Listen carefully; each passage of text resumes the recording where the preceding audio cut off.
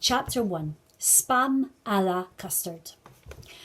Jack was a child who was happiest alone in his bedroom. A naturally shy boy, he didn't have many friends. Instead of spending his days playing football in the park with other kids from the school, he would always stay inside, assembling his prized collection of model aeroplanes. His favourite was the World War II Lancaster bomber, the Hurricane, and of course his grandfather's old plane, the now legendary Spitfire. On the Nazi side, he had models of the Dornier bomber, the Junkers, and the Spitfire's deadliest nemesis, the Messerschmitt. There he is, playing these planes.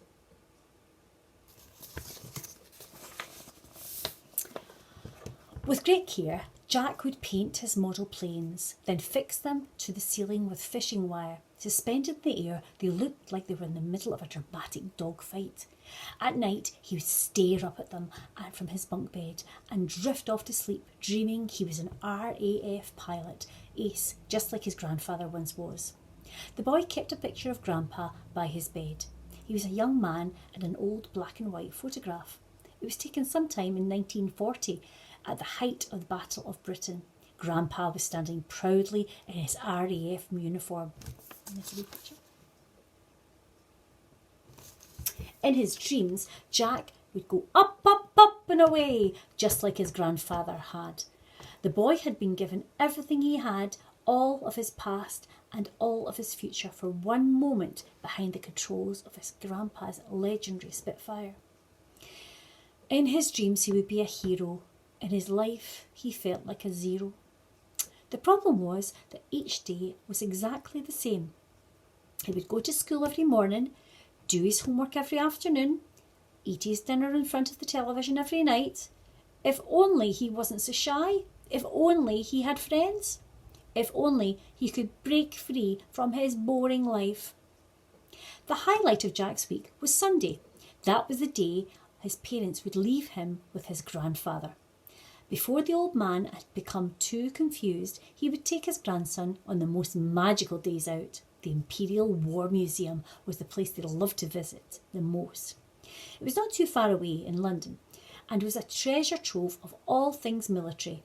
Together the pair would marvel at the old warplanes hanging from the ceiling of the great room. The legendary Spitfire was, of course, their absolute favourite.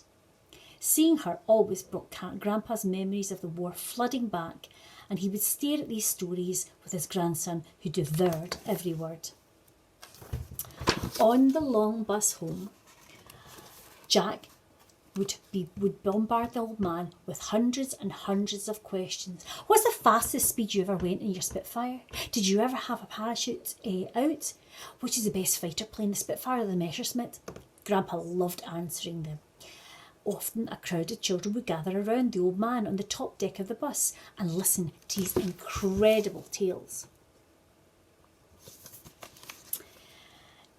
It was the summer of 1940, Grandpa would begin.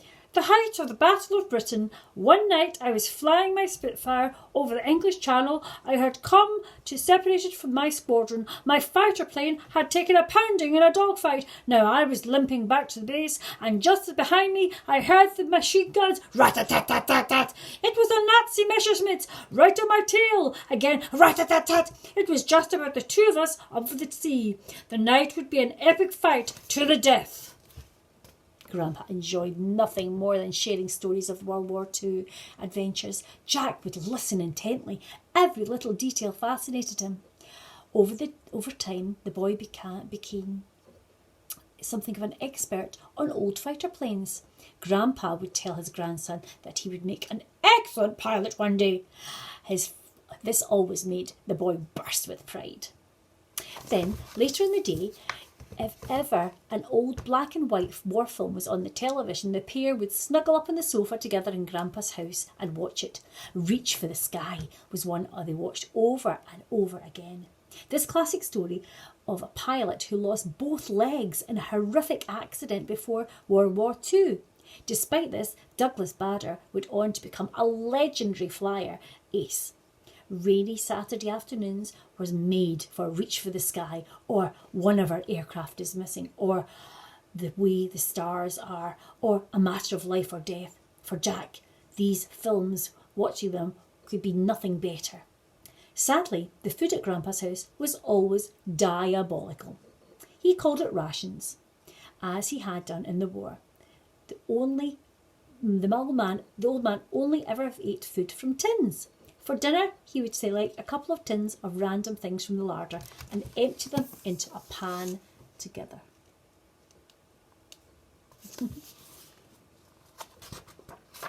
Here's some of the fantastic menu. Corned beef with pineapple chunks. Sardines and rice pudding. Blech. Treacle sponge with peas. Baked beans mixed with tinned peaches. Diced carrots in condensed milk. Ugh. Chocolate pudding covered in tomato soup. Pilchards with spaghetti hoops. Steak and kidney pudding and fruit cocktail. Haggis topped with cherries in syrup. And Grandpa's speciality, spam a la custard. Oh.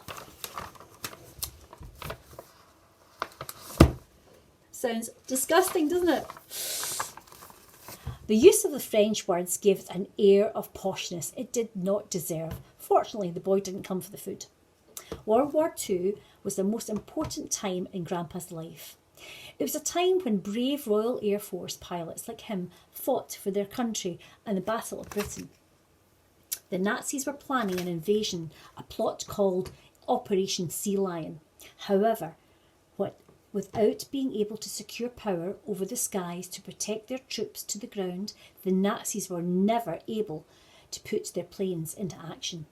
Day after day, night after night, RAF pilots like Grandpa risked their lives to keep the people of Britain free from being captured by the Nazis. So instead of reading a book to his grandson at bedtime, the old man would tell the boy of a real-life adventure during the war. His stories were more thrilling than any you could find in a book. "One more tale, Grandpa, please," the boy begged on one such night. "I want to hear about when you were shot down by the Luftwaffe and you had to crash land into the English Channel." "It's late, young Jack," replied Grandpa. "You go to sleep. I promise I'll tell you about the tale and plenty more in the morning. But I'll meet you in your dreams, Squadron Leader," said the old man, and he kissed Jack tenderly on the forehead. Squadron Leader was his nickname for his grandson. "I'll see you up in the skies, up, up and away, up, up and away," the boy repeated just before drifting off to sleep in his grandpa's spare room, dreaming he too was a fighter pilot. Time spent with Grandpa couldn't have been more perfect, but all that was about to change.